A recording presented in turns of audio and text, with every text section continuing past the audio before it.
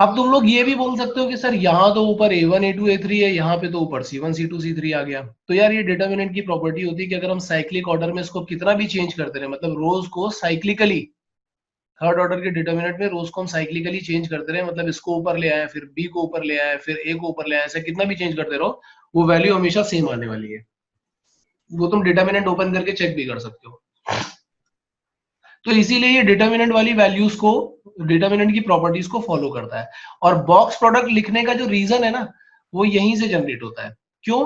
क्योंकि हमने क्या किया, हमने यहां से निकाला ए क्रॉस बी डॉट सी करो या ए डॉट बी क्रॉस सी करो, इन दोनों का वैल्यू यही सेम डिटर्मिनेंट आने वाली है। ठीक है, तो इसलिए हम क्या करते हैं, इसलिए हम ऐसा बोल देते हैं कि ए क्रॉस बी डॉट सी निकालना है या फिर ए डॉट बी क्रॉस सी निकालना है, वो हमें एक डिटर्मिनेंट के थ्रू मिलेगा। यहाँ पे उसको डिटर्मिनेंट के फॉर्म में लिख रहे हैं, यहाँ उसको बॉक्स के फॉर्म में लिख रहे हैं। बॉक्स भी वही डिटर्मिनेंट को ही रिप्रेजेंट कर रहा है। बॉक्स का फर्स्ट रो वेक्टर ए से आएगा, बॉक्स का सेकंड रो वेक्टर बी से आएगा, बॉक्स का थर्ड रो वेक्टर सी से आ रहा होगा। तो इसलिए हम इसको बॉक्स के फॉर्म में लिखते हैं और इसीलिए हम इसको बॉक्स प्रोडक्ट भी बोलते हैं। और बॉक्स प्रोडक्ट एक्चुअल में क्या है कि भाई बॉक्स प्रोडक्ट और डिटर्मिनेंट दोनों सेम ही बातें हैं। डिटर्मिनेंट जो प्रॉपर्टीज फॉलो करेगा, बॉक्स प्रोडक्ट भी वही प्रॉपर्टीज फॉलो करेगा।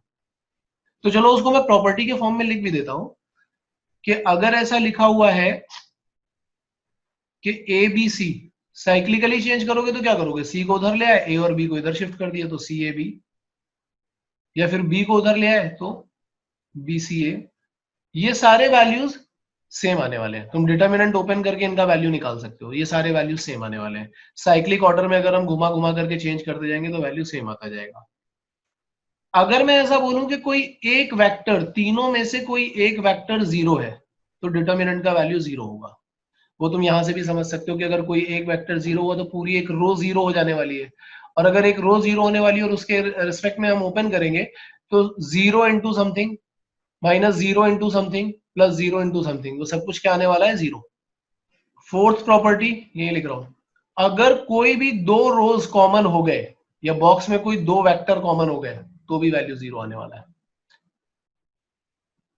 अब यहाँ पे जैसे सोच करके देखो कि अगर मैं इन दोनों रोज को कॉमन कर देता हूं तो यहाँ पे क्या आएगा, A1 A2 A2 A3 A3।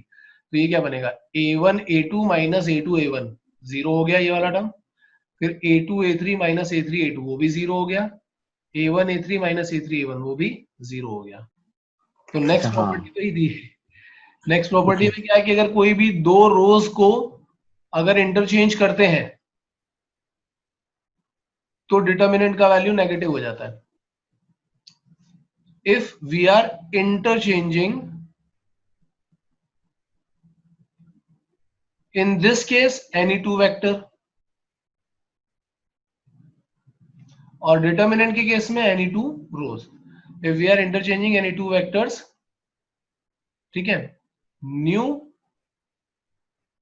Determinant, मैं इसको डिटर्मिनेंट मान के ही चल रहा हूं, तो मैं बोलूंगा new determinant is negative of original one.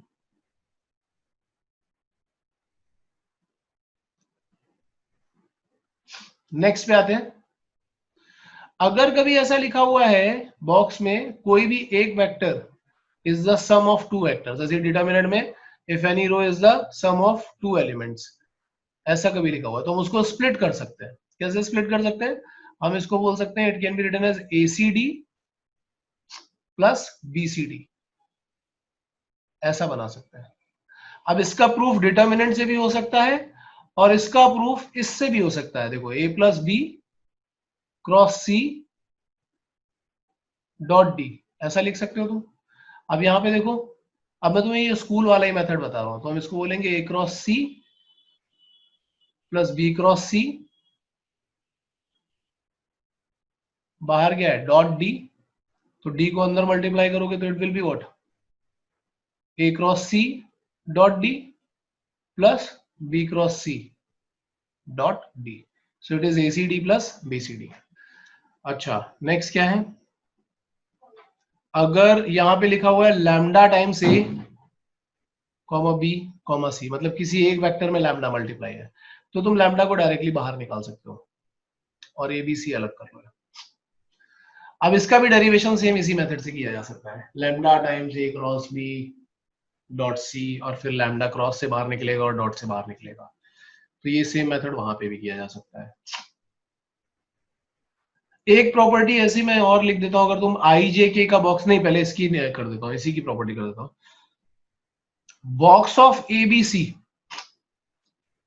में किसी भी एक वेक्टर को हम ऐसे रिप्रेजेंट कर सकते हैं A plus lambda B plus mu C, मतलब रिमेनिंग दो को एज इट इज रखो और किसी एक को ऐसा चेंज कर सकते हो, मतलब कि एनी वेक्टर, ऐसा जरूरी नहीं कि ए ही, any vector can be written as the sum of multiple of other vectors। अगर हम ऐसा कर दें किसी भी एक वेक्टर के लिए, तो भी जो रिजल्टेंट डिटर्मिनेंट आती है उसमें कोई भी चेंज नहीं होता।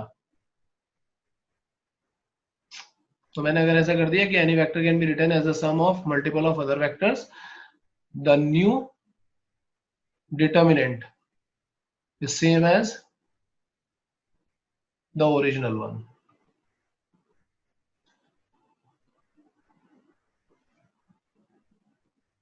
ठीक है, अब अगर हमें ये भी प्रूफ करना होगा तो ये प्रूफ करना ज्यादा डिफिकल्ट है नहीं, समझना मैं कैसे कर रहा हूं। मैं राइट हैंड साइड से प्रूफ करूंगा, और स्कूल में तो इसके प्रूफ बहुत आते हैं। राइट हैंड साइड से प्रूफ करूंगा तो मैं इसको कैसे लिखूंगा, ऊपर वाली प्रॉपर्टी सिक्स्थ प्रॉपर्टी को अगर मैं यूज करूं तो मुझे दिखेगा एबीसी प्लस यहां पे lambda B B C plus mu C B C. अब एबीसी को टच भी मत करो, इसमें से लैम्डा बाहर आ जाएगा, बीबीसी मतलब टू वेक्टर्स आर सेम तो वैल्यू 0, यहां से म्यू बाहर करो, CBC two vectors are same तो वैल्यू 0। तो फाइनल आंसर हमें क्या मिल रहा होगा, ओनली एबीसी।